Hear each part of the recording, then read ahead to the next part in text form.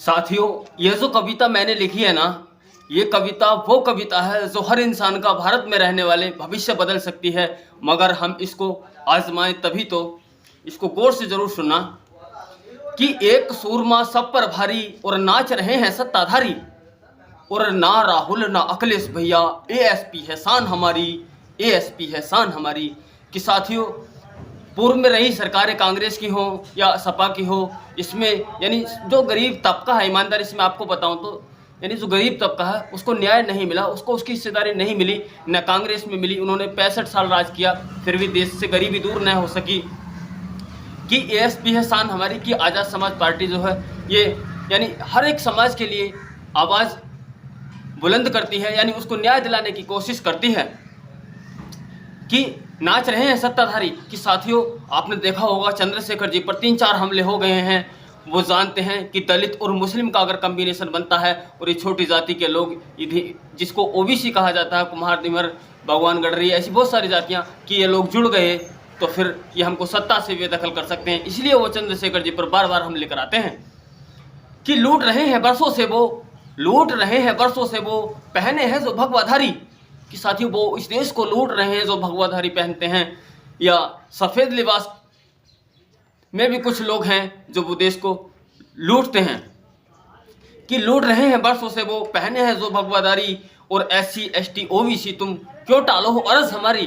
कि साथियों, मैं बार बार आपको यही बताने की कोशिश कर रहा हूँ, और भी बहुत सारी आवाज़ें इस देश में उठी हैं कि मोदी जी को भगाओ और देश बचाओ, देश लुट रहा है, अगर देश नहीं लुटता तो इतनी आवाज़ें देश में नहीं उठती। कि तुम सब लोग अपना वोट क्यों नहीं केतली पर देते हो चंद्रशेखर आजाद जी को। कि क्यों टालो हो अर्ज हमारी। कि आप मेरी बातों को मत टालिए, आप मेरी बातों को समझने की कोशिश कीजिए कि आप अपना कीमती वोट उपचुनाव में जो उत्तर प्रदेश में चल रहा है, इसमें खासकर अपना वोट आप सभी लोग चंद्रशेखर जी को दें। जितने भी गरीब तबका है, आप जातियों में मत बटिए, वरना आप फिर से गुलाम हो जाएंगे। कि जिसको राहुल कहते हैं वो, जिसको राहुल कहते हैं वो छीन चुका है शिक्षा हमारी। कि साथियों, जिसको हम राहुल कहते हैं, बड़े गर्व से हम लोग कहते हैं कि राहुल बहुत अच्छे नेता हैं, राहुल महान है, राहुल ये हैं, राहुल वो हैं। साथियों, उन लोगों को मैं बता दूं, स्कूलों में मिड डे मील चलाकर राहुल गांधी ने स्कूलों की शिक्षा छीन ली, जिससे गरीब लोगों के बच्चे न पढ़ सकें। जब मैं पढ़ता था उस समय प्राइमरी स्कूलों में, यानी ऊंची ऊंची जातियों के बच्चे भी पढ़ते थे। उस समय ये प्राइवेट स्कूल नहीं थे, यानी कम पैसों में हर एक जाति के व्यक्ति को लाभ होता था, चाहे वो गरीब था चाहे अमीर था। मगर इन्होंने स्कूलों में मिड डे मील चलाकर यानी गरीबों का भविष्य छीन लिया। कि जिसने चैन दिया है सबको, जिसने उत्तर प्रदेश में सबको चैन दिया, ओ माया है बहन हमारी। कि साथियों, बहन जी का जब शासन रहा तो बहन जी के शासन में ईमानदारी से कभी कोई दंगा नहीं हुआ, लोग चैन से रहा करते थे। कि शिक्षा समाप्त हुई है, बिल्कुल अब जो शिक्षा है वो बिल्कुल समाप्त हो चुकी है। आपने देखा होगा यूपी में, न्यूज पर सुना होगा कि यूपी में 37,600 कुछ स्कूल बंद हो रहे हैं।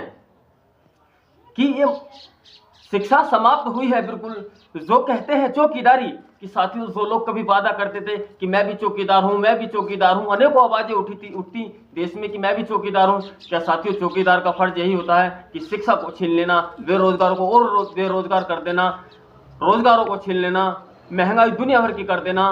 यानी कभी महामारी बीमारी आ जाती है, कभी GST आ जाती है, न जाने कितनी तरह की विपदाएं हमारे देश में यहाँ गरीब तबके को झेलनी पड़ती हैं। मगर वो केवल 5 किलो राशन पर अपना भविष्य बेच रहा है, उसको ये पता नहीं, वो केवल जातिवाद में फंसा है, उसको ये पता नहीं कि सत्ता कौन सी अच्छी है जो हर जन के हित में काम करती है या करेगी। कि शिक्षा समाप्त हुई है, बिल्कुल जो कहते हैं चौकीदारी, और हम न समझें उनको अपना, हम न समझें उनको अपना, हमारे लिए है वो बीमारी, हमारे लिए है वो बीमारी।